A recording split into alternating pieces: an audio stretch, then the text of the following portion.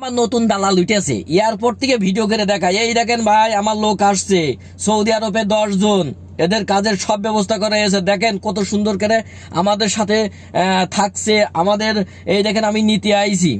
এদের মতন দালাল সৌদি আরবে ওহর ওহর ওহর হয়ে গেছে। ঠিক আছে, এই কথা বললি তো আমার আবার রিপোর্ট মারবে না আমার পেজে। আমার পেজ তো একটা ব্যান করে দিয়েছে আবার নতুন করে।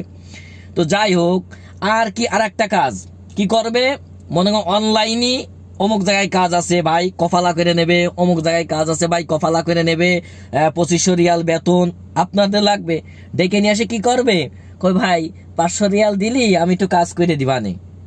এদের মতন বাটপার সৌদি আরবে মনে হয় অহর অহর হয়ে গেছে।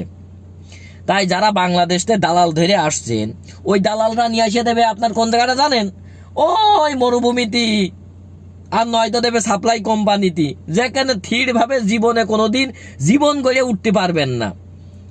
1 মাসের 3 মাস কাজ করবেন, 1 মাসের বেতন দেবে, আর 2 মাসের বেতন আটকে রাখবে, এই যে দালাল নিয়ে আসে সেই আটকে রাখবে। ঠিক আছে, তো আপনারা যারা সৌদি আরবে আসছেন এই দালাল ধরে, তারা যেন অবশ্যই এই খোঁজ খবরটা নিয়ে আসেন।